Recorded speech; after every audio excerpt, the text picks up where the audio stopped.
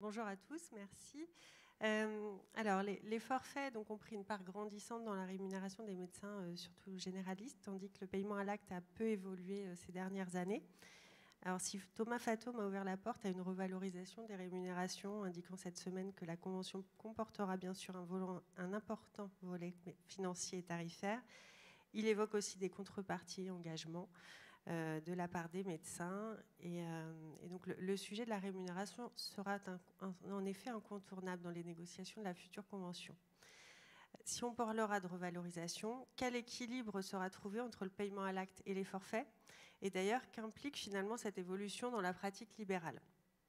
Au cours de la table ronde, nous échangerons donc avec Audrey Chemoulic, vous êtes avocate en droit des affaires, Jean-Marc Aubert, président d'IQVIA France, et le docteur Philippe Boutin, médecin généraliste et président de l'EANA. Alors, on va du coup avoir un débat et bien sûr, on gardera un temps assez large de questions pour la fin. Donc, vraiment, n'hésitez pas à parler, enfin, à prendre la parole tout à l'heure. Laissez-moi donc d'abord vous présenter nos intervenants. Donc, Audrey Chemoulic, vous êtes avocate en droit des affaires depuis 2010. En 2020, vous avez cofondé un cabinet axé sur l'accompagnement des professions libérales pour qu'elles, alors je cite du coup la présentation sur votre site, qu'elles se structurent et deviennent des entreprises rentables, pérennes et digitales. Vous êtes par ailleurs présidente de la commission affaires économiques et fiscales de l'UNAPL, dans laquelle vous représentez l'ACE, avocat conseil entreprise. Jean-Marc Aubert, donc vous présidez IQVIA France depuis décembre 2019. Vous étiez auparavant directeur de l'adresse depuis 2017 et avez notamment piloté la task force réforme du financement du système de santé, dont on va parler tout à l'heure. Vous avez par ailleurs été directeur délégué sur l'organisation des soins de la CNAM entre 2005 et 2010. Et donc, docteur Philippe Boutin, vous êtes médecin généraliste à la tête d'une maison de santé pluriprofessionnelle qui compte 35 professionnels de santé. Au fil des années, vous avez occupé divers engagements pour la représentation de la profession, notamment la présidence de l'URPS Poitou-Charentes, et vous présidez du coup par ailleurs aujourd'hui l'EANA, Groupement européen des médecins libéraux. Donc merci à tous les trois. Alors pour commencer, peut-être je vous propose de débuter sur le constat aujourd'hui, sur la répartition entre le paiement à l'acte et les forfaits. Donc si François Braun a affirmé hier ne pas vouloir revenir sur la place centrale de la rémunération à l'acte, depuis plusieurs années, les forfaits se développent dans la rémunération des médecins. Donc, Marguerite Cazeneuve citait ce matin la part de 15% à peu près de forfaits dans la rémunération des généralistes et 4% pour les spécialistes. Et elle indiquait également, alors ça préalablement, elle nous avait indiqué que la rémunération, les 15% pour les généralistes, c'était 4% en 2006. Donc on voit bien l'évolution entre 2006 et 2021. Donc peut-être déjà, je me tourne vers vous, Philippe. Comment appréhendez-vous finalement cette progression? Alors, d'abord au niveau français ou au niveau européen? On va commencer par français. Français. Alors donc sur le plan français, je crois qu'il y a un manque de professionnels de santé, il y a un manque de médecins, d'accord. Mais plus que la part forfait acte, il faut déjà parler de la rémunération globale des médecins, avant tout, qui actuellement est insuffisante, me semble-t-il. Alors, au-delà de cette assertion, pourquoi est-ce qu'on peut dire ça? On peut dire ça quand on dirige une maison comme la mienne, on a des difficultés à avoir un modèle économique pour financer des salariés médecins alors qu'ils le demandent. C'est-à-dire qu'on va salarier, on va faire une proposition de salariat à un étudiant qui va sortir de la fac, et cette proposition de salariat doit reposer sur un retour sur investissement avec un modèle économique qui soit viable. Et là, c'est uniquement le paiement à l'acte qui va permettre de récupérer ce modèle économique. Le forfait va être payé dans le meilleur des cas à N+1 et il va être complètement aléatoire. On ne va pas pouvoir l'intégrer dans un budget sur l'année N+1. Donc ça, c'est vraiment quelque chose de bloquant et qui bloque même l'offre de soins sur un territoire. Donc quand un si bas niveau de rémunération et une proportion de forfait aussi importante arrive à bloquer une offre territoriale de soins, je trouve que là, on est arrivé au bout du système, me semble-t-il. Alors ça, c'est le premier point. Le deuxième point, moi, je ne suis pas anti-forfait, même si je suis à la CSMF. On pourrait quand même, bon, dans cette salle, on n'a jamais été favorable au forfait d'une manière euphorique. D'autres l'ont fait. Mais quand on parle structure, quand on parle d'un certain nombre de points, je ne suis pas contre l'idée du forfait lui-même. Mais la problématique pour moi actuellement, c'est que cette part, et surtout la faible rémunération du paiement à l'acte, impacte la possibilité d'embauche et l'offre territoriale sur un territoire. Donc c'est vraiment pas possible. Très bien, merci. Alors peut-être, du coup, Jean-Marc, dans le rapport sur la réforme du financement du système de santé, vous préconisiez la diversification des rémunérations.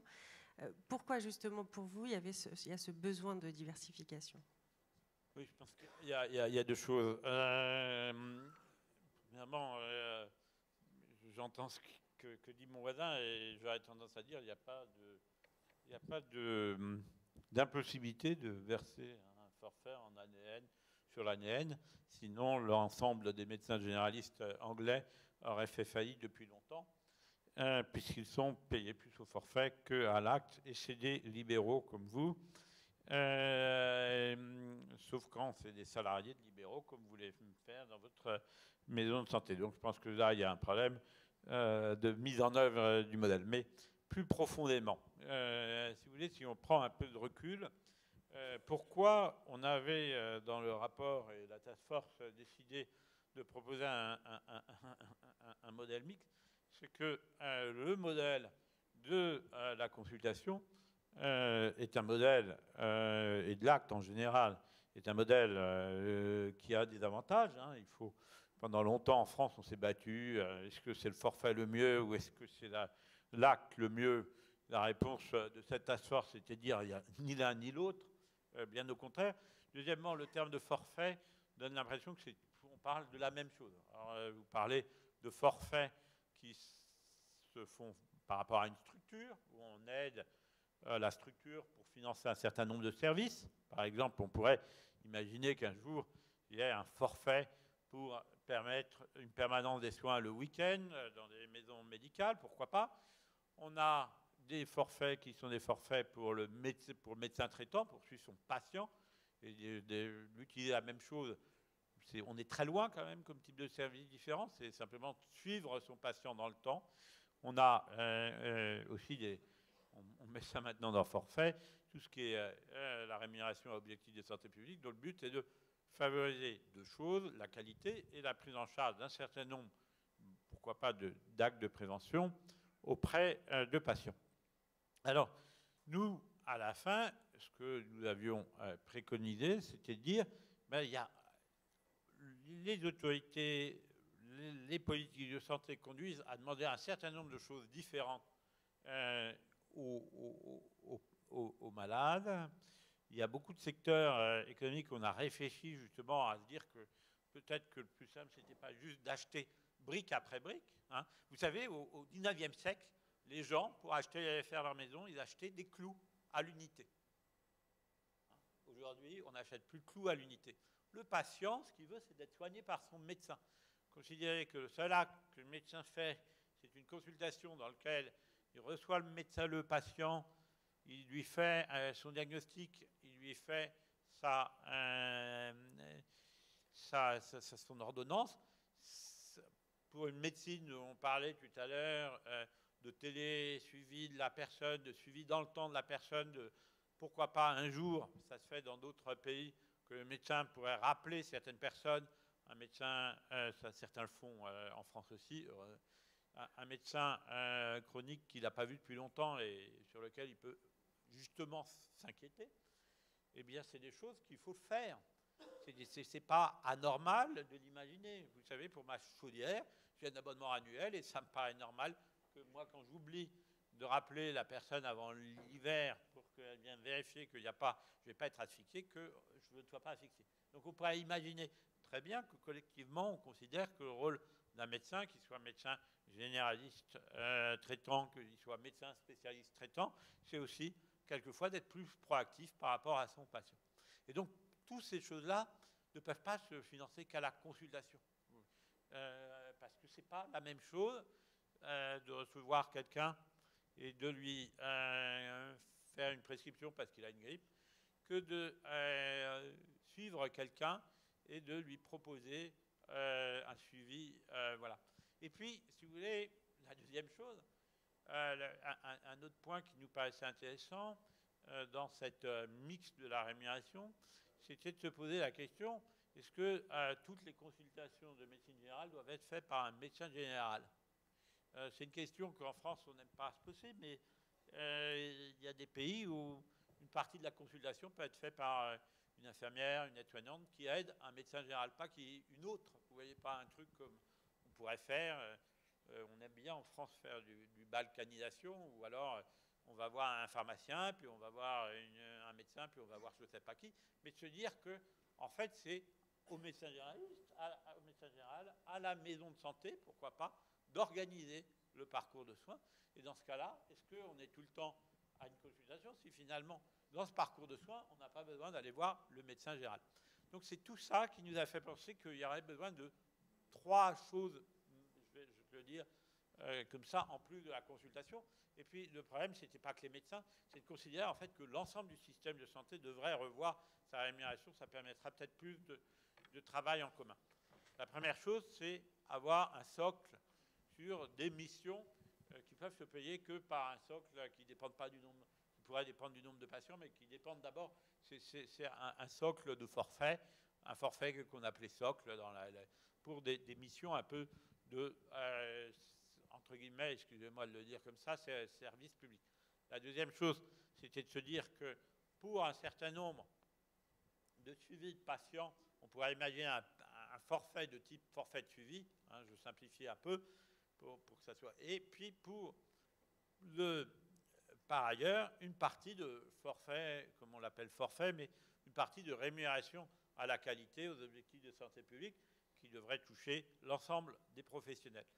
Et par ailleurs, un maintien de l'acte, bien évidemment, puisque tout ne peut pas se financer, et qu'on réfléchisse à ces financements pas en fonction d'une idéologie initiale qui était, il y a les gens qui sont pour les forfaits à droite et les gens qui sont pour l'acte à gauche, mais qu'on réfléchisse en fonction du besoin de ce qu'on a envie.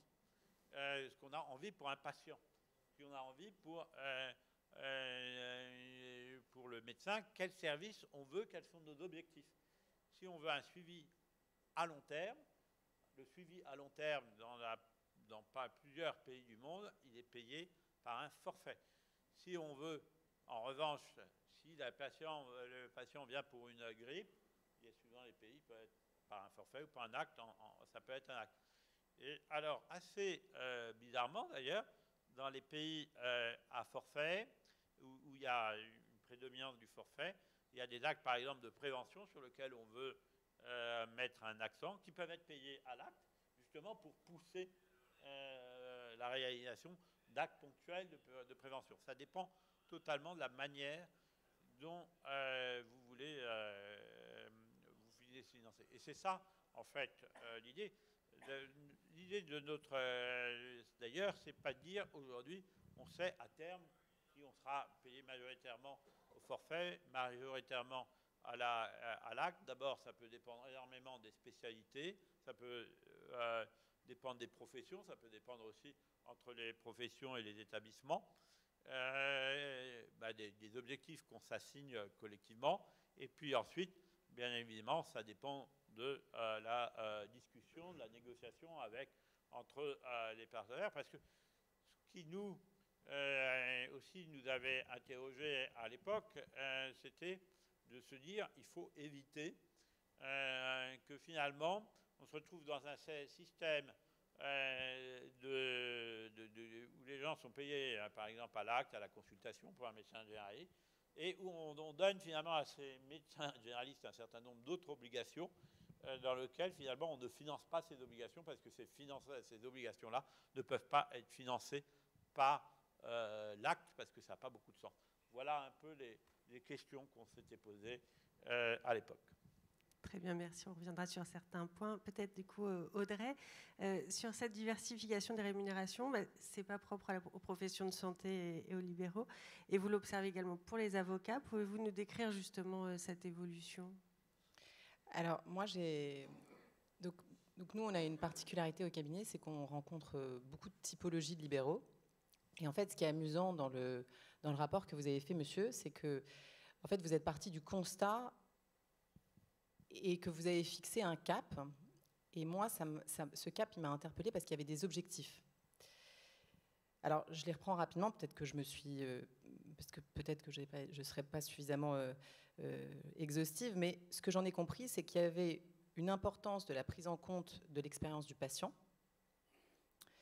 J'ai compris que ça permettait, vous entendiez paiement ou forfait, en tous les cas, on allait avancer vers ça pour favoriser la prévention, contractualiser entre les professionnels un parcours de soins et que ça permettait plus de sérénité. Et c'est amusant parce que le parallèle que vous m'avez demandé de faire, c'est un parallèle avec notre métier à nous, donc je ne suis pas la seule avocate ici. Et la question, elle s'est posée exactement de la même façon, dans les mêmes termes. A priori, vous avez eu la grande chance, probablement tous, de consulter un avocat, vous en avez été ravis. Mais la problématique que vous avez eue, c'est que cet avocat, il vous demandait un règlement de ses honoraires à l'heure. Et ça, c'est quelque chose que vous ne pouviez pas maîtriser. Et donc, ce que vous vous êtes posé, dans un premier temps, vous n'avez pas osé lui demander quoi que ce soit. Puis ensuite, chemin faisant, vous vous êtes dit que finalement, lui poser la question de savoir s'il ne faisait pas un forfait, ça ne serait pas vraiment super. Pourquoi est-ce que vous avez posé cette question-là ? Parce que fondamentalement, vous n'avez pas complètement compris ce qu'il allait vous proposer.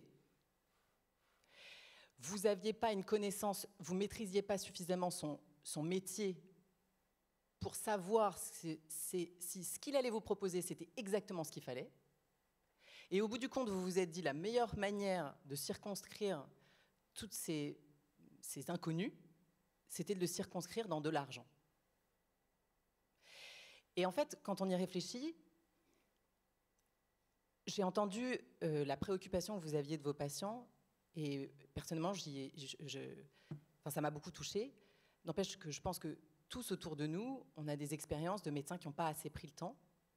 Et je pense fondamentalement qu'un paiement à l'acte amène nécessairement une course au nombre d'actes.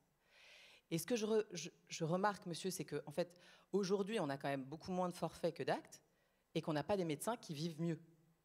Donc la question que je pose, et je veux dire, chez nous, je crois qu'on y reviendra aussi, c'est la question du modèle économique et de la rentabilité, c'est un vrai sujet.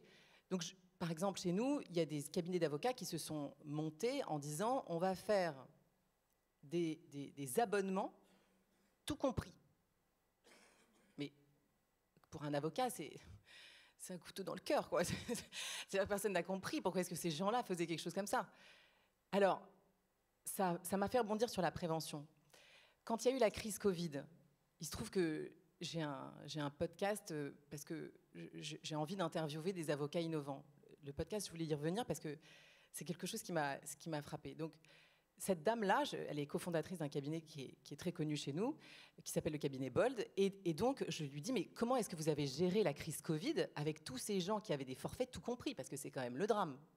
Tu as tes équipes qui ne sont pas là et tes clients qui n'ont que besoin de toi. On fait comment? Elle me dit, du coup, on a envoyé gratuitement des tonnes et des tonnes de documents et des chatbots, enfin des choses automatisées pour que les gens, avant d'avoir la réponse, avant de nous avoir posé la question, aient déjà la réponse. Donc ça revient à votre prévention. En fait, finalement, elle faisait de la prévention parce qu'elle avait quelque chose déjà établi, qu'elle percevait déjà ses honoraires, qu'elle n'a pas suspendu avec la crise Covid. Mais elle avait rendu sa mission. Très bien, merci. Peut-être juste, Jean-Marc Aubert a un petit peu cité les exemples étrangers, mais du coup, justement, Philippe, au sein de l'EANA, quelles sont un petit peu les situations dans les différents pays européens? Quels sont un petit peu les modèles qui se dégagent? Alors, les situations, d'abord, il faut donner deux préambules. D'abord, on manque de professionnels de santé et de médecins partout en Europe. Ça, c'est le premier point. Et le deuxième point, il y a l'article 168 du traité européen qui donne la souveraineté à chaque pays en matière de santé. Donc ces deux points étant posés, on se rend compte qu'il y a encore plus de systèmes de santé que de pays dans l'Europe, puisqu'il y a des régionalisations qui font que, ma foi, les régions ont aussi leur façon de fonctionner. Donc c'est quand même extrêmement compliqué. Je pense que là, on y est jusqu'à demain soir. Hein. Donc on va essayer de synthétiser et essayer de donner des grandes lignes, des grands schémas. Alors, les grandes lignes, c'est que moi, mon organisation, le ANA, ça représente les pays qui ont une médecine libérale. Et la médecine libérale en Europe, il y en a beaucoup qui sont un peu analogues au secteur 3 en France. C'est-à-dire que c'est du vrai libéral, payé à l'acte, non remboursé. Bon, et on est sur du hard. Hein. Par contre, il y a d'autres pays qui sont, alors là, plus proches de notre système. Là, globalement, on est entre 15 et 25% de forfait dans leur rémunération. Mais là encore, on va dire, la proportion est une chose. D'abord, ce que l'on met dans le forfait est très important. Bon, moi, aujourd'hui, on devait avoir sur la table ronde Paolo Rotello, qui est donc du groupe San Donato, et qui là, dans un système qui est un système libéral, dans un système privé, fait de la recherche, de l'enseignement à un haut niveau, et il est privé. Donc, pourquoi ma MSPU n'est pas financée en tant que U par un forfait? Là, je suis d'accord. Pourquoi est-ce que ma MSP n'est pas financée en recherche? Là, je serais d'accord aussi. En structure, je suis éventuellement d'accord, pourquoi pas. Mais après, je veux dire, globalement, c'est une question de proportion et une question aussi de financement du prix de l'acte par rapport au forfait à un bon niveau. Là, actuellement, on est, à mon avis, en France, alors non pas par une question de proportion, mais par une question d'insuffisance du prix de l'acte, à un niveau qui n'est pas tenable. Très bien. Et alors, du coup, ça amène sur la question et la notion de modèle économique que l'on a un petit peu abordé déjà. Peut-être, du coup, je me retourne vers vous, Audrey, d'abord, sur justement, alors, comment, en fait, repenser le modèle économique? En tout cas, comment ça s'est passé, du coup, chez les avocats? Et vous insistez sur la notion de parcours client. Alors, c'est vrai qu'on n'est pas sur le parcours patient, mais bon, quand même, comment s'applique-t-il, finalement? Non, mais en fait, c'est très proche. Hein. C'est pour ça que nous, on a la chance d'accompagner plusieurs professions libérales. C'est ce qui était dans le rapport également. C'est-à-dire qu'à un moment donné, on prend en compte les résultats attendus par le patient. En fait, je vais le dire différemment. On prend en compte la façon dont le patient a vécu son expérience au sein de son cabinet. J'ai entendu, il y a peu de temps, un médecin me dire « Mais parfois, ils ne savent pas ce qui est bon pour eux. Je leur donne pas ce dont ils ont besoin, ce dont ils ont envie, je leur donne ce dont ils ont besoin. » Et en fait, je pense que c'est juste, et c'est tant mieux, c'est heureux. Il n'empêche que la façon dont le patient va recevoir ce soin est pour moi aussi importante. Et on parlait de parcours d'accompagnement thérapeutique, et j'ai entendu personne... Alors, je vous donne un autre exemple d'avocat, parce que comme ça, je trouve que c'est toujours intéressant de partager les expériences de chacun. On a le même problème que vous, c'est-à-dire qu'on a des consultations dans lesquelles les gens nous reposent systématiquement les mêmes questions. Systématiquement, puisque a priori on ne traite pas de toutes les matières, donc les questions sont toujours les mêmes. Et donc, la problématique, c'est que quand vous recevez votre client, alors maintenant on fait on fait beaucoup de nos rendez-vous en vidéo, mais disons qu'au moment où vous allez délivrer l'information, vous allez être de bonne humeur, bien dans vos basques, vous aurez passé une bonne nuit, donc vous allez de façon très fluide développer votre conseil et le raisonnement juridique. Lui, il aura bien dormi, il va bien, il ne se sera pas tapé dessus avec sa femme le matin, donc du coup, aussi, il va être de nature à recevoir bien votre conseil. Mais il se trouve que parfois, ça ne sera pas le cas. Et donc, j'ai rencontré une avocate qui disait, moi, tout mon savoir, tout ce que je dis en plus à mes clients, comment ça va se passer lors de l'audience, comment est-ce que comment une audience doit se passer, comment est-ce que il se trouve qu'elle faisait du droit du divorce, donc plein de petites choses pratiques, elle les avait mises sur un podcast.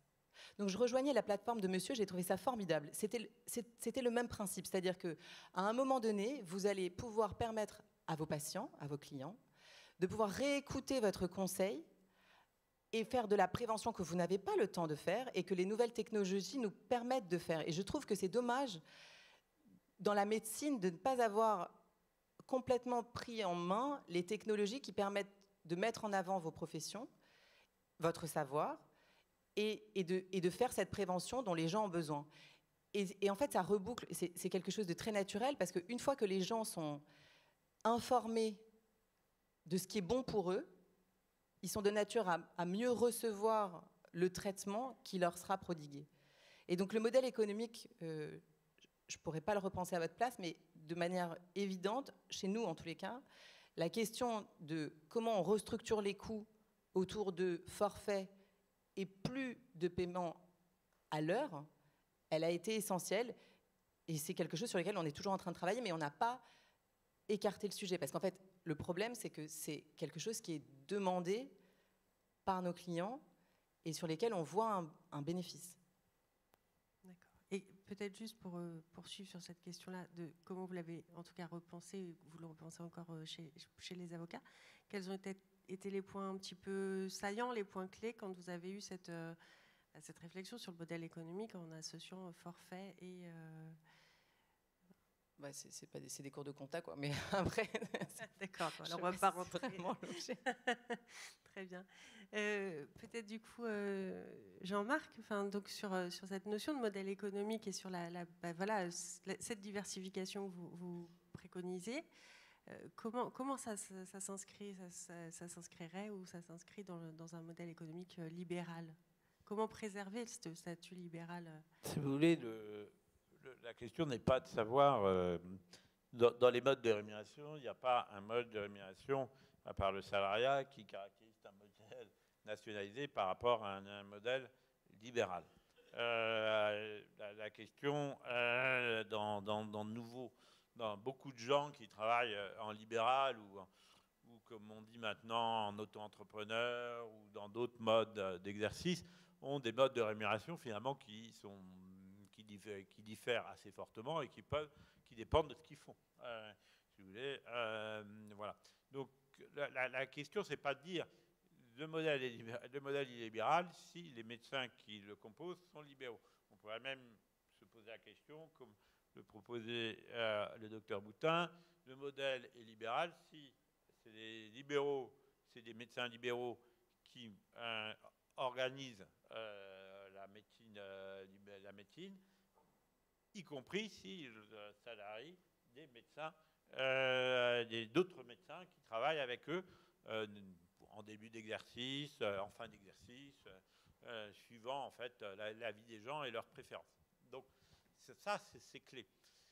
La question de savoir comment sont rémunérés différents services et autres, et finalement différentes attentes de la société, c'est bien sûr une négociation avec les médecins, entre les médecins et l'assurance maladie qui, entre guillemets, représente dans l'organisation telle qu'elle existe en France, là, le côté de la mise en œuvre effective de la politique de santé.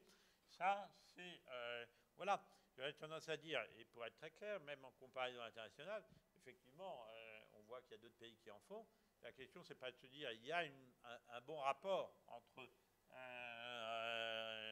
ce qui est, on va dire, plus forfaitaire, j'aime pas le terme forfait, il y a tellement de choses différentes, et je pense qu'il faut décider qu'il y a dedans. Et, je dirais, et la part à l'acte, ça va être un choix, un équilibre français, par nature. D'abord, ça dépend de l'histoire, hein, et nous, on est un pays dans lequel l'acte a toujours une part importante, donc on ne va pas passer à un pays dans lequel tout le monde va être rémunéré à 80% au forfait. Première chose. Deuxième chose, ça va dépendre aussi de à quoi on appelle, qu'est-ce qu'on demande aux professionnels de santé et finalement qu'est-ce qu'ils acceptent dans ces demandes. Si vous voulez, je vais être extrêmement précis sur un sujet. Si demain on considère que ce qui est important, c'est que les vaccins, que toute la population soit vaccinée contre la grippe ou contre d'abord n'importe quelle autre chose. Il y a le modèle à l'acte médical. Ok, on paye, voilà, on paye un vaccin au vaccin à des médecins. Il y a le modèle auquel, finalement, les pharmaciens ont dit pourquoi vous ennuyez avec les médecins, c'est compliqué, il faut aller voir le médecin, il faut qu'ils viennent en pharmacie, etc. On va faire le travail nous-mêmes. Voilà. Vous avez des modèles dans certains pays où, à des maisons de santé pluridisciplinaires ou à d'autres types de groupes médicaux, on propose de leur dire voilà, vous suivez à peu près 10 000 patients et on vous paye. Je ne sais pas, mettons, on va dire une bêtise, mais mettons qu'on considère qu'un vaccin en moyenne, ça soit 15, alors on vous paye pour les 10 000. Si vous arrivez à en vacciner 70%, on va vous payer 1 million. Et puis si vous arrivez à 80%, on vous payera 500 000 de plus, parce que on sait que c'est plus dur d'aller chercher les 10% supplémentaires. Voilà, ça montre, il y a des différents moyens. Ça dépend de l'objectif, bien sûr, de la puissance publique, qui est l'acheteur de soi. C'est un peu différent des avocats, même si, effectivement, les avocats ayant des clients, ils sont obligés de s'adapter. Et ça dépend, bien évidemment, de ce que accepte ou pas la profession. Parce que, bien évidemment, là, je donne un exemple un peu qui vous paraît peut-être, qui existe en fait. Ça veut dire qu'il y a des pays dans lesquels on paye la vaccination à la proportion de personnes vaccinées. Mais, si vous voulez,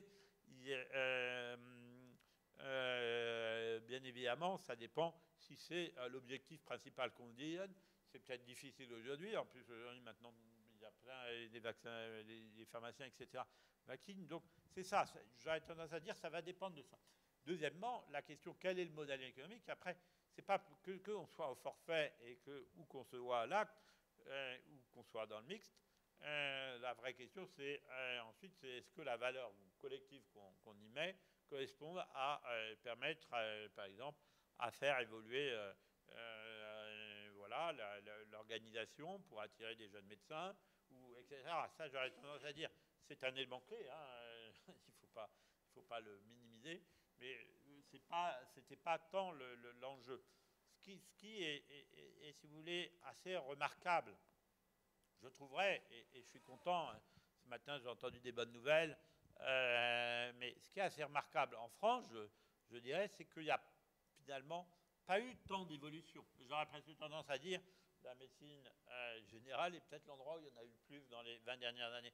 Tout ce qu'on avait quand même constaté en 2018, et on constaterait la même chose cette année, et on pourrait, voilà, c'est que depuis 20 ans, finalement, les modes de rémunération en France n'ont pas beaucoup évolué, sauf ceux de la médecine générale, y compris ceux de l'hôpital. Or, il y a aussi, parce qu'on ne s'arrêtait pas qu'à la médecine générale, ou à la médecine d'ailleurs spécialisée et libérale, mais on s'intéressait à l'ensemble. Et ce qui est assez remarquable, alors même qu'on connaît aussi certains dysfonctionnements, il n'y a pas assez de réflexion sur ces sujets. C'est clé, si vous voulez. Pourquoi? Parce que si demain on veut permettre à des médecins de manière sécurisée financièrement de changer la manière de travailler, en travaillant de manière plus collective, en salariant pourquoi pas d'autres médecins, en travaillant avec des aides-soignantes, avec des infirmières, avec des secrétaires médicales, suivant le cas. Et si on reste et on se dit que cette évolution, on ne l'accompagne pas dans la manière de répartir, finalement, parce que tout paiement, c'est une manière de répartir des financements, le risque qu'on a, c'est qu'on freine un certain nombre de ces évolutions. Et pour être très clair, la France se caractérisait par une faible évolution de ces modes de tarification, mais aussi une une faible évolution de ces modes d'organisation. Et probablement, on s'est dit, en tout cas, c'est après avoir rencontré beaucoup de gens, y compris des personnes venant de l'étranger, on s'est dit que c'était un peu que ces deux problèmes étaient probablement un peu liés. Merci. Alors, Philippe, vous vouliez réagir? Oui, je voulais réagir parce que, bon, j'ai exposé mon problème, et comme c'est souvent le cas dans matière de santé, chacun parle de soi. Donc, bon, on va pas très très loin avec ça. La problématique que j'ai exposée de salariat de médecins est une problématique qui a été rencontrée fort récemment dans les centres de santé, qui, eux non plus, n'arrivent pas à trouver un modèle économique et donc ont des subventions pour faire fonctionner leur structure. Nous, les subventions, si nous décidons de salarier des médecins, les subventions, elles viennent des autres libéraux.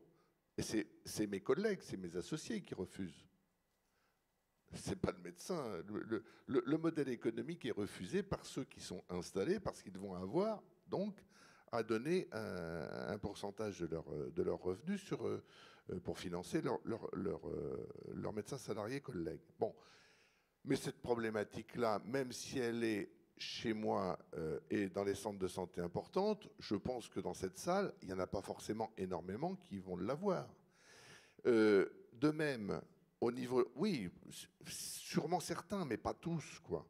De même, vu le nombre de MSPU, je ne pense pas qu'un forfait sur le versant universitaire révolutionne le système de santé français actuellement. Bon, même si c'est une demande qui ne me semble pas illégitime. Ceci pour vous dire que ce qu'a dit Jean-Marc Aubert, c'est une solution en France. Et là, moi, quand je discute avec tout le monde, il y a autant de problématiques que de territoires. Et la solution, avec un modèle qui impose un pourcentage de forfait au niveau français, qui flèche, qui manage sur un plan administratif, administrer l'ensemble du dispositif sans aucune souplesse, sans aucune adaptation territoriale, me semble complètement voué à l'échec à terme. Parce que si l'État savait exactement avant qu'est-ce qu'il fallait mettre dans chaque territoire pour que ça fonctionne, ben on n'en serait pas là actuellement, quoi. Donc vraiment de la souplesse et pas une solution française, mais une solution territoriale adaptée avec de la souplesse et avec de la bienveillance et de l'huile dans les rouages, quoi. Très bien. Et alors, du coup, peut-être sur le développement, enfin, en tout cas sur les forfaits et peut-être sur la négociation de la future convention qui arrive là, qu'est-ce qui, Marguerite Cazeneuve ou Thomas Fatome, n'ont pas l'air de revenir forcément sur les forfaits existants. Peut-être, en tout cas, ouvre la porte à les rediscuter, à les revoir. Quels sont peut-être les garde-fous qu'il faut imposer au niveau des développements des forfaits? Est-ce que c'est de définir les obligations, d'éviter... Enfin voilà, quels sont un petit peu les points qu'il faudrait vraiment avoir pour bien définir ou redéfinir déjà l'existant? Alors je me tourne vers vous peut-être d'abord. Je m'éloigne de l'Europe là, mais absolument. Mais on va quand même répondre. Je l'ai dit tout à l'heure en préambule, c'est pas la part de forfait, c'est le niveau de rémunération qui bloque. Donc bon là, on était à 18,50 € au moment de l'euro. Enfin, je veux dire, on est à 25 maintenant. Il y a quand même eu 2-3 petites bricoles qui se sont passées depuis. On est 22 ans plus tard. On a eu 5 ou 10% d'inflation cette année. Enfin, je veux dire, bon, il y a quand même un truc à voir, quoi. Là. Si on s'en rend pas compte, c'est qu'effectivement, il faut enlever la tranche de beurre qu'on a sur les lunettes. Donc, là, de toute façon, globalement, il y a une augmentation, il y a une remise à niveau. Et ce que disent les jeunes quand ils s'installent, c'est qu'ils ne veulent pas faire nos heures. Et ils ne veulent pas faire nos heures, mais ils veulent être payés, quoi. Bon, donc ils veulent faire des horaires normaux, ils ne veulent pas faire 12 à 13, 14 heures par jour, et ils veulent quand même avoir une rémunération. Donc ça, je regrette, mais de toute façon, il va falloir au moins passer par la case revalorisation, rattraper l'inflation, c'est le minimum, et puis donner un petit coup de pouce, parce que là, ça ne va pas se faire comme ça, sans rien. Alors après, la part du forfait, ce que l'on met dans le forfait, moi je dis, il faut des grands principes, certes, mais il ne faut pas retomber dans le travers de l'administration qui est de vouloir tout réglementer, tout... Vouloir le bien du peuple à partir de l'État, ça se termine souvent par des catastrophes. Pour compléter ce qui vient d'être dit, je crois que le problème, c'est un des problèmes qu'on a, et il y a quelques autres éléments de ce qu'on avait écrit qui quelquefois manquent dans la manière dont les gens lisent. Un, c'est de faire simple. Enfin, je vais être très clair avec vous. D'abord, il ne faut pas faire que tous les forfaits dépendent les uns des autres. Je ne sais pas, par exemple, voilà, mettons qu'on crée un forfait, pourquoi pas, pour certaines maisons de santé, pour le côté MSPU. Eh bien, écoutez, il ne faut pas que pour avoir le forfait de MSPU, il faut aussi avoir les conditions pour avoir le forfait de MSP, je ne sais pas quoi, spécial maladie chronique, plus le forfait, et voilà. Il faut éviter, il faut faire simple. Parce qu'il y a une chose qui est claire, c'est que si le système est compliqué, ça ne sert à rien. Il faut éviter, il y avait comme ça un pays qui avait inventé un forfait où il y avait un système à 1500 points. Si vous voulez, à un moment, même la personne qui donnait le forfait ne savait plus très bien comment les calculer. Enfin, à un moment, si vous ne comprenez pas à peu près ce qu'il faut que vous fassiez et que ça ne peut pas s'expliquer en 2 mots ce que vous faites pour avoir un forfait, à la fin, votre forfait ne sert à rien. Si vous laissez, je veux pas voilà, quand les choses sont trop compliquées, c'est pas parce qu'on est bête, c'est juste parce que si les choses deviennent trop compliquées, ça finit par l'usine à gaz, et puis alors on ne sait plus pourquoi on a le droit au forfait MSPU et pas la maison de santé d'à côté qui fait exactement la même chose que nous. Mais non, en fait, il y a un petit truc qu'elle ne fait pas et elle le perd. Donc ça, c'est... Restons sur des sujets simples. Et comme vous le dites, pour s'adapter au territoire, il faut que ça soit une boîte à outils. On n'a pas besoin que toute la MSP touche exactement tous les mêmes forfaits et fasse toute la même chose pour pouvoir toucher un forfait. Donc ça, je pense qu'il y a un peu de travail de simplification, c'est pas facile. Et après, moi, il y a une recommandation, c'est quand même, il faut que ça soit, qu'il y ait quand même un sens entre le financement et le service qu'on rend. Si vous voulez. Il faut, l'administration ne voudra jamais un forfait qui soit trop élevé pour faire un service donné, mais il ne faut pas non plus qu'il soit trop faible, sinon il ne sert à rien le forfait. Si la MSPU, le forfait c'est 3 000 €, alors que vous allez y passer la moitié d'un temps médical par an, c'est débile, ça ne sert à rien. Ça fait joli, on peut le dire qu'il existe, il ne sert à rien. Donc ça, il va falloir, il y a un travail. Ma dernière recommandation, c'est que je pense qu'aujourd'hui, si on veut avancer sur ces sujets, il faut y réfléchir avec l'assurance maladie. Il ne faut pas juste négocier, il faut y réfléchir. C'est-à-dire, il faut que, bien sûr, vous y réfléchissiez, parce que c'est quand même important que ça corresponde à ce que vous souhaitez. Mais il faut aussi y travailler de manière un peu plus, probablement un peu comme dans l'article 51, pour ceux qui ont monté les articles 51, où il y a parfois une séance de co-construction qui est proposée pour essayer de faire mûrir le projet et en même temps répondre aux questions et aux demandes de l'administration. C'est normal, elle représente, qu'on veuille ou pas, la puissance publique. Donc, à un moment, enfin, moi c'est un conseil, ça me rappelle ce qui avait été fait il y a quelques années, quand j'étais à la CNAM et au ministère de la Santé. Je pense que ça vaut le coup de réfléchir, d'essayer de trouver un moyen d'y réfléchir avec eux de manière un peu en sortant des séances de négociation qui sont certes très agréables et parfois très désagréables. Mais je crois que c'est important. Voilà. Et à la fin, il faut que les montants du forfait, comme on disait, il faut que la rémunération corresponde à quelque chose. Globalement, il faut aussi que les montants du forfait correspondent à peu près à ce que vous faites. Parce que si je reprendrai l'exemple d'un avocat, si un avocat fait un forfait, tout compris pour une prestation, je travaille beaucoup avec des avocats, je suis patron d'une entreprise où il y a 1500 personnes, donc je n'ai pas quelquefois des avocats. Il est clair que si le forfait ne correspond pas à l'effort qu'il va faire, il va y avoir vite un problème. Voilà. Donc ça, c'est aussi un endroit, quelque chose de clé. Merci. Oui, bien sûr. Alors du coup, justement, on peut peut-être prendre les questions. N'hésitez pas du coup à vous approcher. Je crois qu'il y a les micros des deux côtés. Ouais, Pierre-Marie Coquet, je suis administrateur de la plus grosse CISA de France, jusqu'à maintenant. Ça changera peut-être demain, parce qu'il y a mon ami Bertrand Legrand qui arrive sur les terres. On n'a pas seulement le... Alors, c'est sur le médecin salarié. Alors déjà, je suis très content, parce qu'il y a quelques années, quand je parlais de médecin salarié dans les Hauts-de-France, je me faisais flinguer. Tous ceux qui me flinguaient sont maintenant morts. Donc, mais non, c'est pas inquiétant. C'est qu'à partir d'un certain âge, on ne peut pas... moi, je suis retraité maintenant, je touche ma retraite. Mais à partir d'un certain âge, il y en a qui sont un peu bloqués dans les neurones.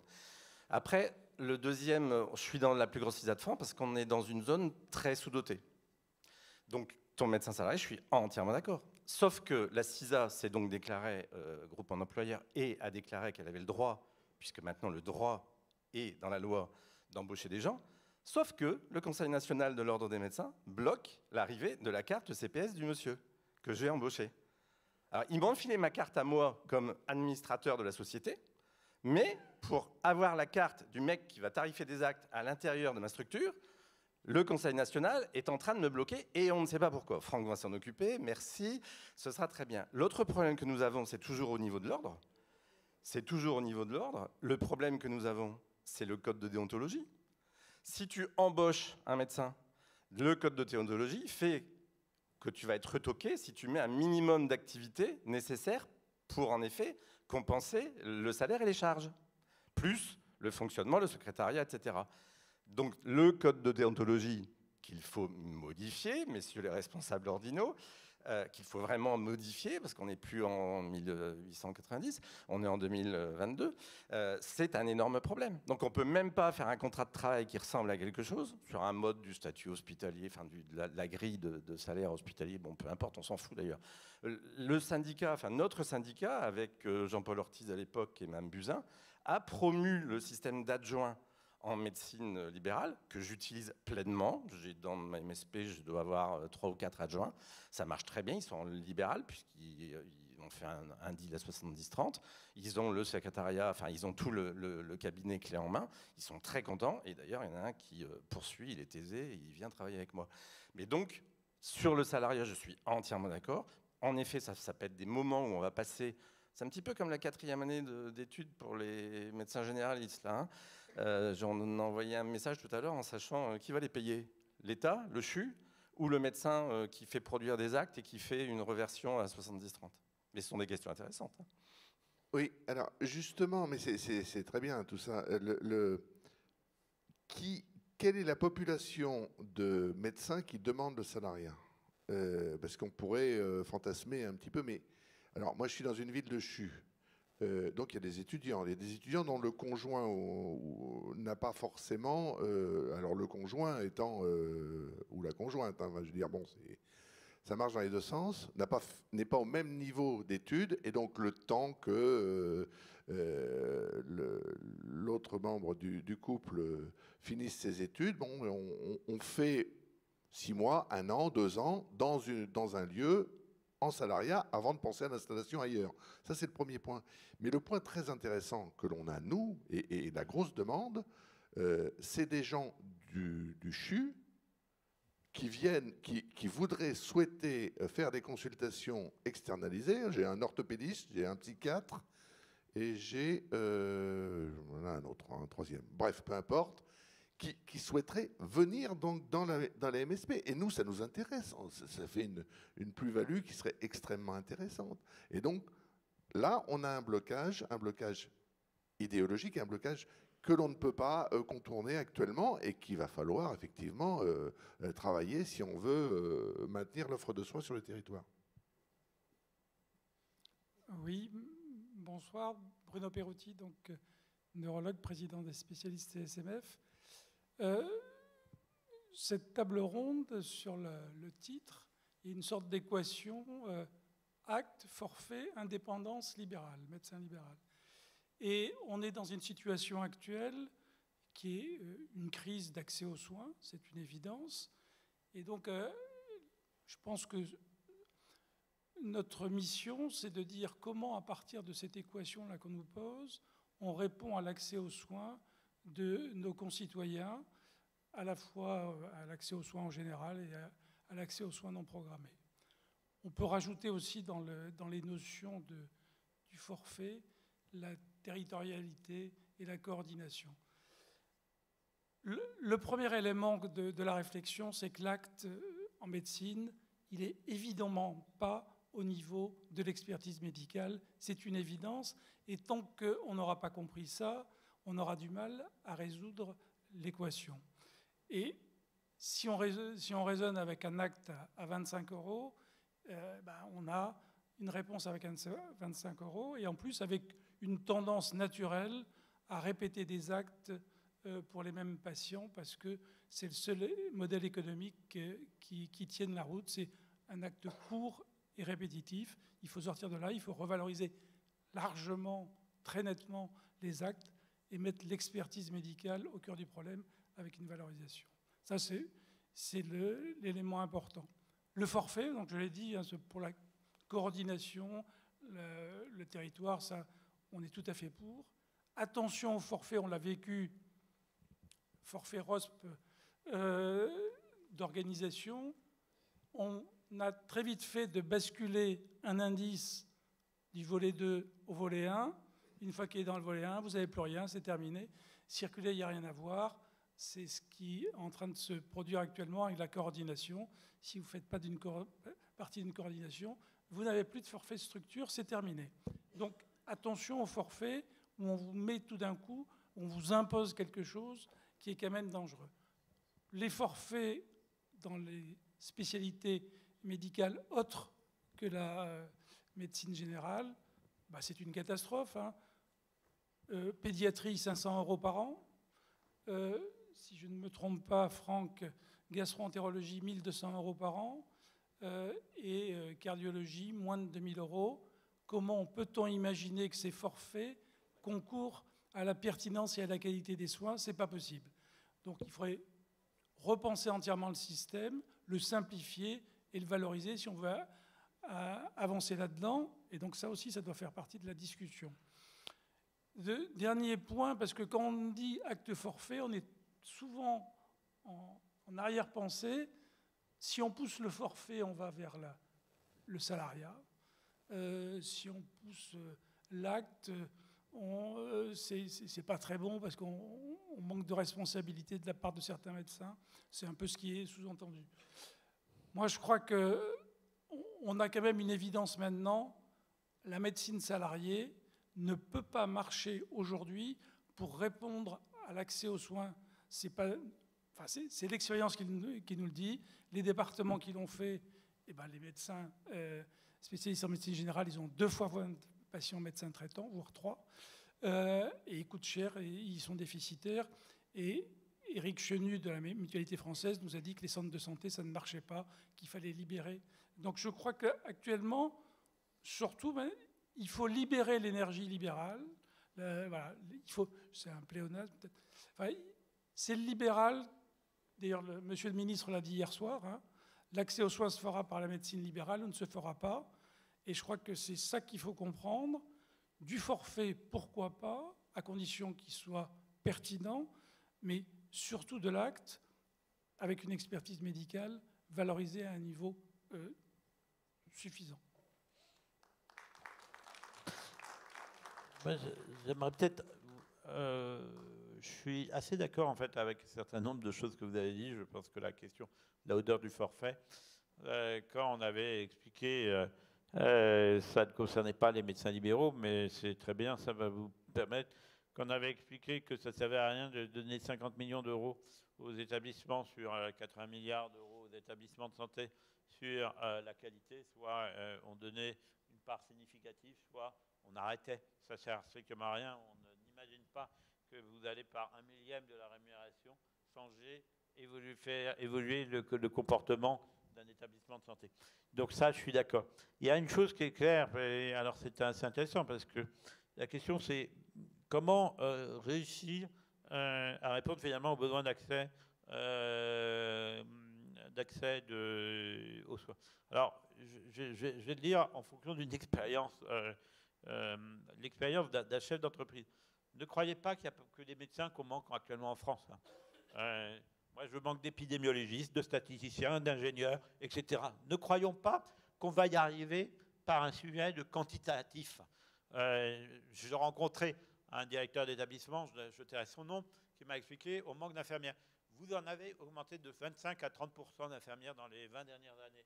Qu'est-ce que vous en avez fait? Qu'est-ce que vous avez changé dans la méthode d'organisation de vos hôpitaux pour répondre aux besoins?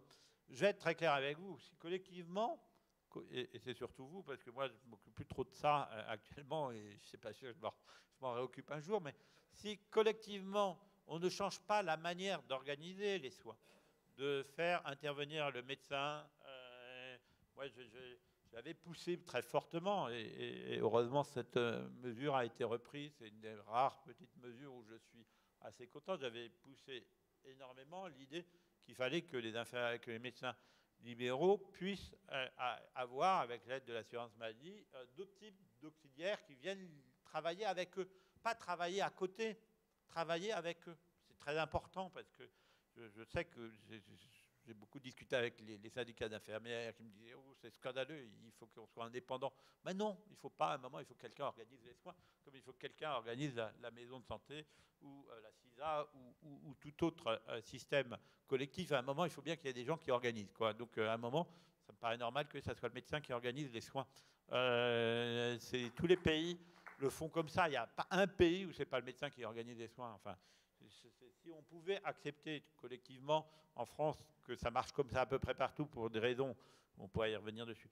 Donc, mais par contre, ce qui est important, c'est qu'on puisse changer la manière d'organiser les soins.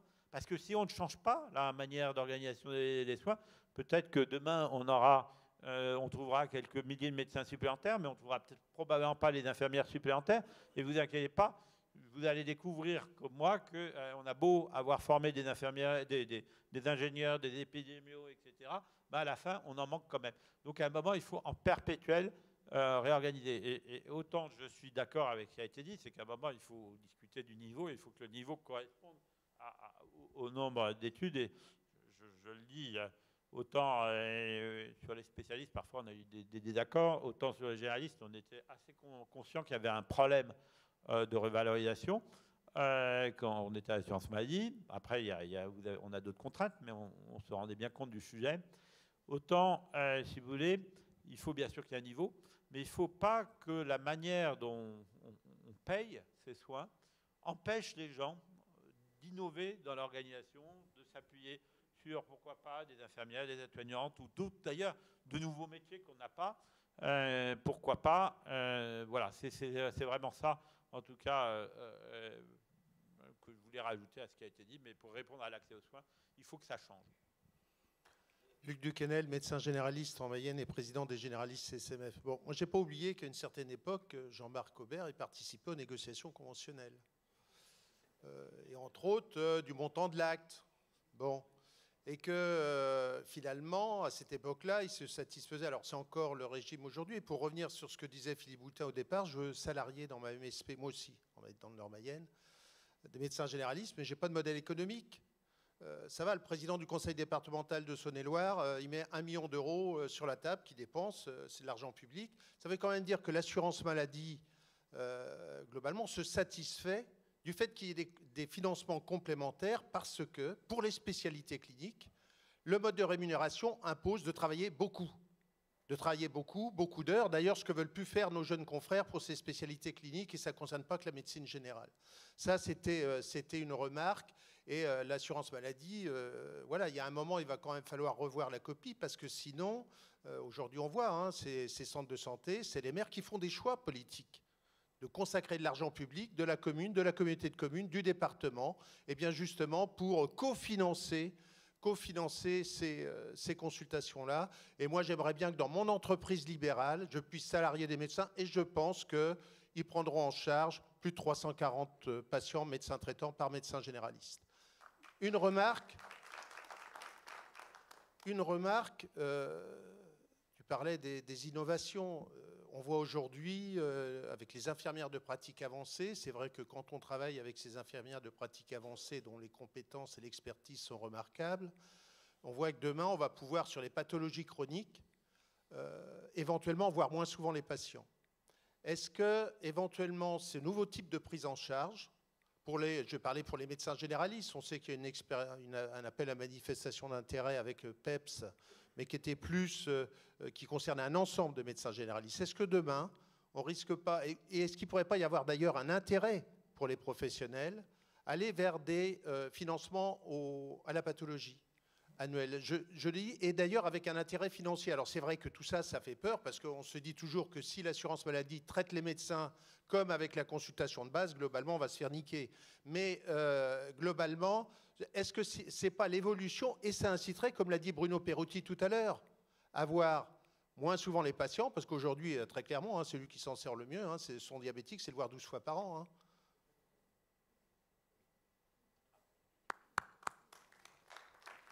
Bien.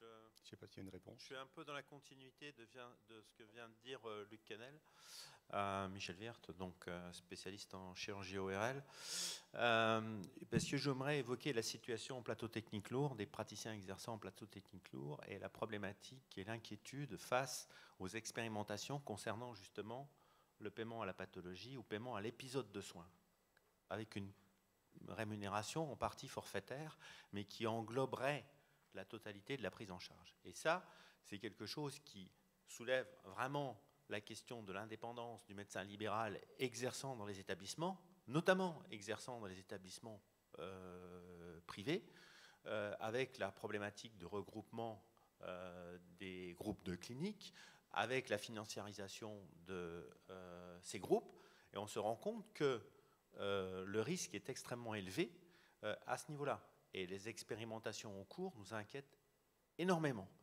Et donc je pense que notre organisation étant représentative de toutes les formes d'exercice de la médecine, je pense qu'il est également important d'évoquer cette problématique qui est essentielle au niveau des plateaux techniques lourds et qui inquiète vraiment fortement l'ensemble de la communauté exerçant dans les activités chirurgicales, aussi bien les opérateurs, évidemment, que nos amis anesthésistes et toutes les équipes de réanimation, mais également aussi les autres professionnels de santé qui exercent dans les plateaux, puisqu'on a les kinés, notamment, qui participent à ces soins. Donc je pense que c'est quelque chose qui peut présenter des intérêts, peut-être, dans certaines circonstances, mais en tous les cas, je pense que les représentants, notamment des verticalités, sont extrêmement réservés sur ces modalités de prise en charge.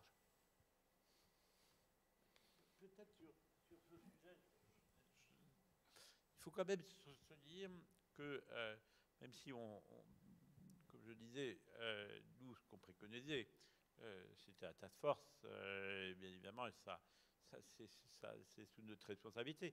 On préconisait cette mise en place de forfait. Il faut bien voir que c'est pas parce qu'on a dit il faut, c'est ce que je disais tout à l'heure avec les multiforfaits, que c'est pas parce qu'on dit qu'il faut un forfait que le diable n'est pas dans les détails, entre guillemets. Excusez-moi, on en parlait tout à l'heure pour les actes de la CSAM sur toutes les règles qu'il y a autour. Oui, le diable est aussi dans les détails de ces règles. Donc à l'acte, le diable est dans les détails parfois, il l'est aussi dans les forfaits. C'est-à-dire qu'on le disait tout à l'heure, est-ce que le forfait doit être versé l'année suivante? Il n'y a pas de raison. Aujourd'hui, les impôts nous sont prélevés l'année en cours, donc on peut même inventer des forfaits qui sont versés l'année sur la base de la liste de médecins traitants de l'année précédente. On peut, par exemple, pour le forfait médecin traitant, enfin, on peut. Le diable est dans le détail, et de la même manière, l'épisode de soins, c'est très intéressant, mais c'est pas. Mais là aussi, on est dans un système où on a mis d'un côté la rémunération des établissements, de l'autre côté de la rémunération des professionnels libéraux qui exercent dedans. C'est pas parce qu'on change de mode de tarification qu'il faut forcément unir le sujet. Vous voyez, on peut avoir, pourquoi pas, de forfaits, un forfait pour l'établissement à l'épisode de soins et un forfait, des forfaits pour les professionnels. ou même de la rémunération à l'acte avec le forfait à l'épisode de soins. Ça dépend ce qu'on met dans le forfait à l'épisode de soins, comme aujourd'hui, quand les établissements sont passés du prix de journée à la T2A, on n'a pas changé le fait que les professionnels libéraux étaient payés de manière séparée, et d'ailleurs, ils sont restés à l'acte. Donc on a des solutions, si vous voulez, et bien évidemment, au-delà de savoir quel est le mode de rémunération, le diable est dans le détail et dans le design final de la rémunération. Je veux revenir simplement sur... il y a eu 2-3 appels du pied et 2-3 réflexions sur les délégations de tâches. Bon, et la délégation de tâches, moi en ce qui me concerne, au niveau Poitou-Charentes, en 2000, on a fait Azalée. Azalée est partie de l'Union régionale Poitou-Charentes, ce qui n'a pas toujours été bien vu au niveau de la maison. Hein. Bon, on n'était pas forcément tous d'accord. C'est passé dans les nouveaux modes de rémunération en 2010. Et là, actuellement, moi, chez moi, j'ai trois infirmières Azalée. C'était les IPA d'avant. C'était quelque chose qui nous a permis effectivement de déléguer des tâches d'une manière construite, d'une manière acceptée à l'intérieur d'un fonctionnement d'un cabinet. Donc, je veux dire, enfin, là, actuellement, je ne pense pas qu'au niveau des IPA, au niveau des assistants médicaux, au niveau d'Azalée, il y ait un sujet. Là, actuellement, il n'y a pas de sujet. Moi, le problème de la délégation de tâches, c'est simplement la délégation de tâches votée à 3 h du matin par les députés, qui ont une histoire de chasse qui s'est bien terminée avec un kiné ou qui s'est bien terminée avec n'importe qui, et qui en profitent pour déléguer à telle ou telle profession paramédicale tel acte.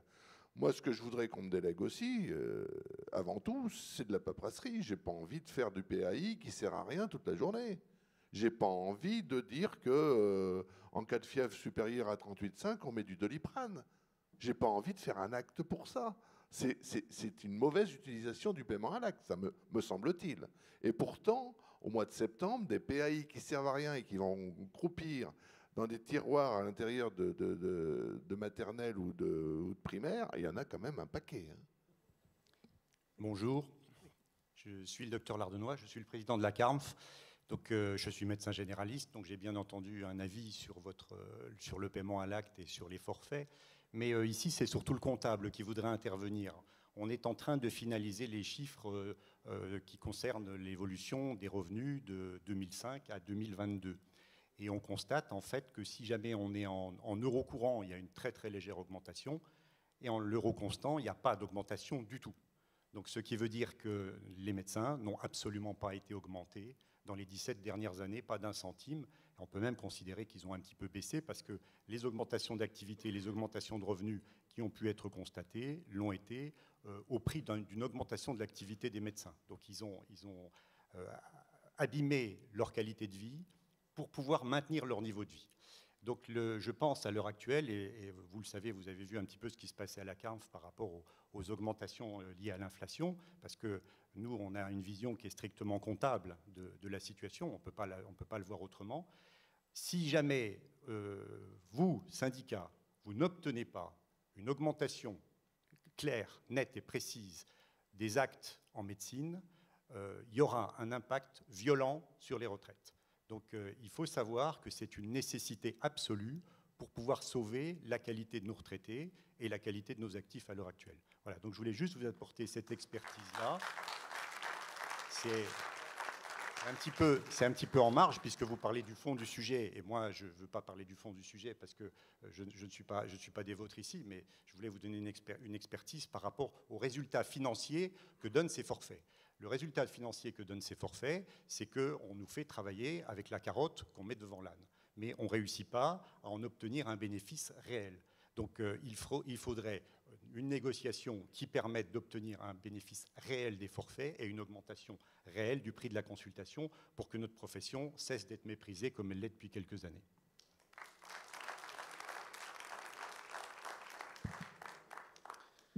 Docteur Gradler, je suis médecin généraliste et je suis dans une maison de santé pluriprofessionnelle. Je me suis senti un peu titillé par Madame Chemouli quand elle nous a dit « vous n'utilisez pas les podcasts ». Or, je suis assez geek, etc. Je n'ai pas dit que c'était vous, général. Mais non, mais j'attire votre attention sur le problème de ce que ça pourrait représenter comme publicité. On ne peut pas effectivement, se mettre en avant. Il faut On vraiment a tous la même chose, hein. On a tous Voilà. la même déontologie. Les fondements déontologiques ont l'avantage d'être exactement les mêmes pour tous les professionnels libéraux. D'accord. Donc, ça n'empêche pas de faire de la prévention et sans dire je suis le meilleur, je suis le plus fort, simplement en expliquant et en prévenant. C'est simplement. Vous Et êtes c'est peut-être vrai le meilleur que- et le plus fort d'ailleurs, hein, Payard. Mais je pense qu'il faut effectivement qu'on utilise des outils à notre disposition pour améliorer notre productivité. La question que je voulais poser, c'était acte forfait, et c'est à Philippe.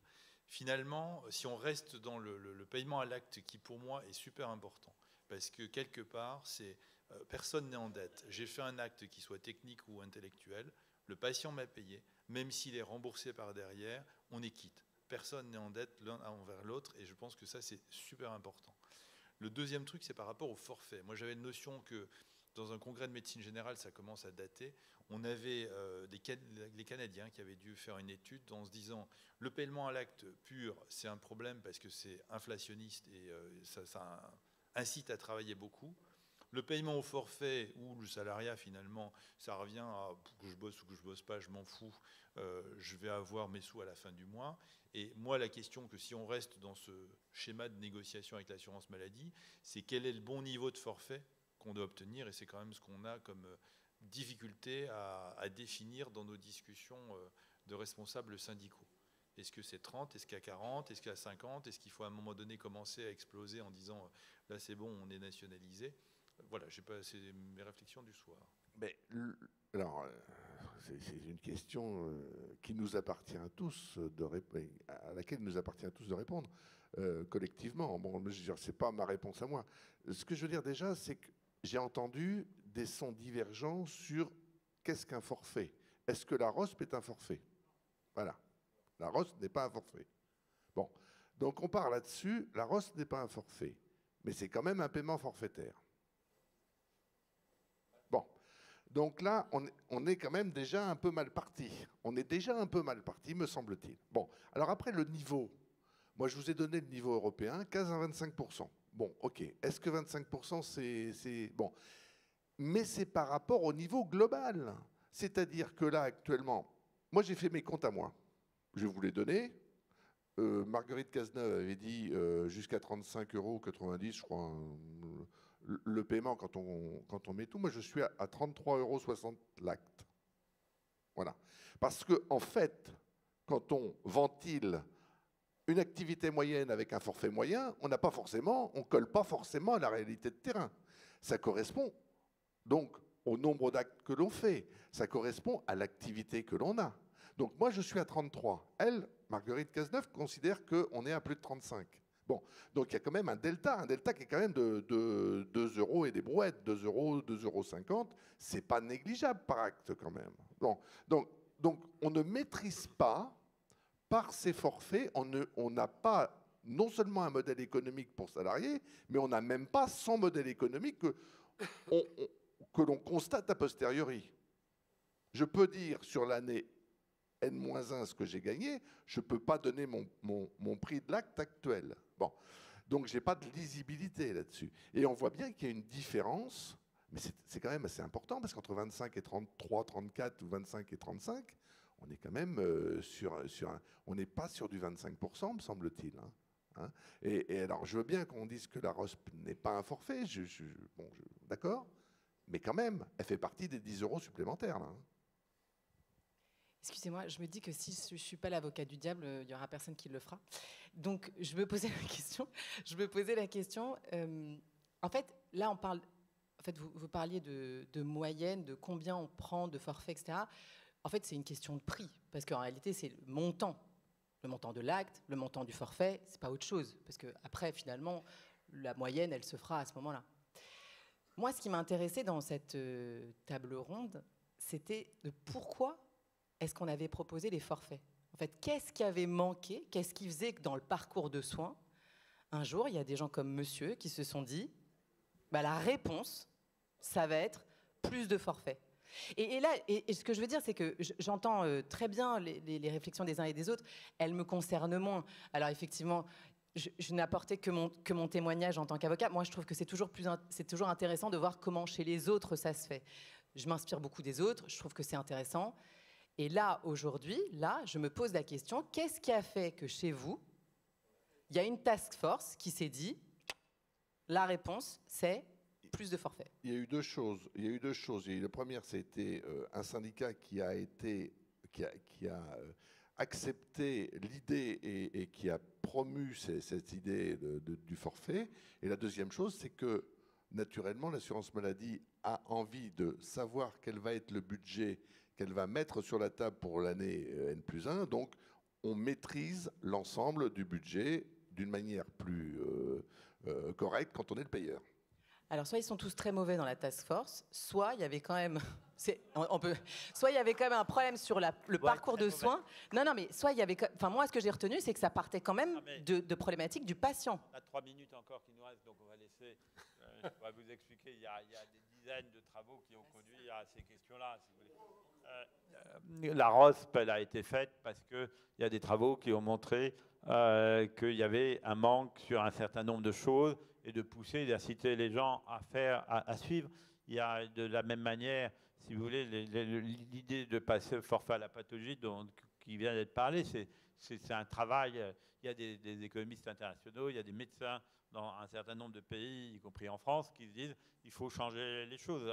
Quand il y a des diabétologues, par exemple, vous disent pour suivre aujourd'hui un patient, un diabétique de type 1, bon, après on pourrait discuter de qui doit le suivre, mais la question c'est un peu stupide le système parce qu'on est payé que quand il vient chez nous et finalement on est plus payé quand il va mal que quand on le suit correctement. Il y a plein de raisons, si vous voulez, pour essayer de faire évoluer. Et encore, je le dis, c'est pas pour dire c'est débile l'acte et on va passer au forfait ou le forfait c'est tellement bien supérieur à l'acte. C'est pas ça le sujet. En fait, c'est dire que probablement la réalité est dans les mixtes. Et si vous voulez, pour aller plus loin, il y a même le seul Français qui a eu un prix Nobel d'économie. Il a justement dit pas sur la médecine, mais sur d'autres sujets, à peu près la même chose. C'est-à-dire que le bon contrat entre la société et les médecins ou entre l'avocat et son client, c'est sûrement un contrat un peu plus compliqué que juste de dire tout est au forfaitaire ou tout est à l'acte, mais quelque chose entre les deux. Je vais faire court, une question pour vous, Jean-Marc Aubert, même si j'ai bien compris que vous n'aspiriez pas forcément à revenir sur les fonctions antérieures. Je pense que les nuits de négociation sous votre directeur général de l'époque vous ont convaincu de ne pas y retourner. Sachez que le monde a changé et qu'aujourd'hui, on s'arrête à des horaires raisonnables. J'espère que ce sera le cas dans les négociations à venir. Dans le rapport de la Task Force et l'équipe que vous avez menée et que vous avez remis à la ministre Agnès Buzyn, il y a un élément dont on n'a pas parlé, qui sort un petit peu finalement du sujet, mais qui est le paiement à la qualité, le paiement de la qualité. J'y suis très attaché. Pourquoi ? Je suis gastro-entérologue. Et j'ai présidé, il y a quelques années, mon conseil national professionnel. Et donc, on a confronté les modes de fonctionnement, finalement, de la gastro-entérologie aux quatre coins de l'Europe. Et quand nos voisins européens, on les a fait venir à Paris lors de nos journées francophones, quelle n'a pas été leur surprise quand on leur a dit qu'on faisait 1 400 000, 1 500 000 coloscopies par an, que jamais on nous demandait nos résultats et que jamais on nous demandait combien de cancers on avait évité. On a dit, ouais, vous avez franchement de la chance.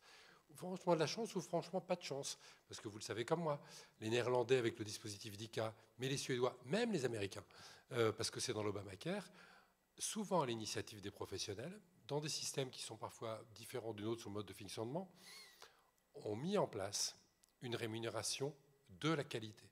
Alors pas à la mode que d'un échange que j'ai eu avec Nicolas Revel me disant « Ok, c'est bien, on part dans un système bonus-malus ». Non, c'est pas comme ça. C'est « Je rémunère mieux la qualité de l'exercice » et ainsi, finalement, ça rejoint la hiérarchisation des consultations qui nous est chère. Je rémunère mieux, je valorise l'expertise et je libère du temps médecin. Donc je donne aux médecins les moyens de s'organiser. Aujourd'hui, et pourtant Agnès Buzyn, si je fais très court, mais Agnès Buzyn, si je me souviens bien, dans les 5 propositions, on avait retenu 2, dont celle-là. Aujourd'hui, pour reprendre une formule chère à Jacques Chirac, ça fait pchit. Ça fait pchit, et vous avez entendu, ou pas, ils sont venus l'un et l'autre hier, le directeur général de l'assurance maladie, Marguerite Cazeneuve, celle qu'on appelle la numéro 2, Non, mais c'est comme ça qu'elle s'intitule. Quand elle parle d'elle-même, c'est pas un propos désobligeant. Je ne me permettrai pas. Et le ministre de la Santé, qui nous a fait l'honneur d'être là, à aucun moment le paiement de la qualité, alors que l'ensemble des voisins ou une majorité des voisins qui nous entourent, dans un système qui sont assez proches, la prennent en compte. Qu'est-ce qu'en pense le patron de l'Aquivia, mais surtout celui qui a été le patron de la task force? Et comment on atterrit? Écoutez, je vais vous dire, c'est ce qui est. Autant il y a des choses qui m'ont fait plaisir, comme la mise en place du Haut Conseil de la nomenclature, parce que j'ai dû me battre pas mal, et puis quelques autres trucs. Autant sur la qualité, je suis d'accord avec vous. Enfin, c'est encore pire que ça. Ça veut dire qu'on refuse. Enfin, on se refuse de se regarder en face et de se poser la question comment améliorer la qualité de notre système de santé. On part de l'idée que le système de santé français est le meilleur du monde, et puis on s'arrête là. Voilà. Donc, je suis d'accord avec vous. Juste un point, parce qu'il est 18h. Si vous voulez, le financement des soins, il est globalement limité. On est un pays qui dépense beaucoup de SAMU. Ce qui est assez étonnant, si on regarde, c'est qu'on est le seul pays, vous pouvez prendre les chiffres de l'adresse, hein, je vous les conseille, comme ça me permet de faire de la pub pour une ancienne maison. On est le seul pays où il n'y a pas eu de différence, où la part établissement-ville, alors qu'on parle de virage ambulatoire, est restée la même pendant les 40 dernières années. On pourrait monter un peu plus loin, mais bon, les chiffres sont corrects. Voilà. Et la deuxième chose, c'est que j'avais été assez surpris et un peu peiné qu'on est probablement, on est un pays dans lequel la part du financement des médecins, les libéraux en ville, a diminué dans les 20 dernières années, enfin surtout dans les 10 dernières années, au profit d'autres. C'est dommage parce que, effectivement, je pense que c'est quelque chose qui doit nous interpeller. Madame ? Oui, bonjour. Merci pour toutes ces présentations. Moi, je suis Isabelle Martin-Onoué du Maine-et-Loire, donc les généralistes CSMF, et je suis une grande avocate. J'apprécie votre pondération entre actes et forfaits, ce que ça apporte. Et moi, en miroir, je voudrais donner à ceux qui vont négocier pour nous l'image de la voie du milieu. Moi, j'entends une voie du milieu au niveau du syndicat entre les instances et les attentes des praticiens sur le terrain. Je vous parle du Maine-et-Loire où nous, on est très attaqués par l'UFML et la démagogie des consultations à 50 €, donc, et un écho du syndicat où vous ne servez plus à grand-chose. Et en tant que partisans de la voie du milieu, moi, j'entends quand même, on en a beaucoup parlé de ça, d'une urgence à revaloriser l'attractivité des cabinets de médecine générale par rapport aux soins programmés, aux gardes, à plein d'autres choses. Et j'entends quand même qu'il y a un seuil psychologique sur le terrain. Alors, un acte, on fait des calculs entre nous, là, en disant en francs constants, entre juin 2002 à 20 €, en avril 2023, on devrait être à 28. Et l'idée d'un 30 qu'on a quand même promis aux URML en perspective symbolique d'une amélioration de l'attractivité.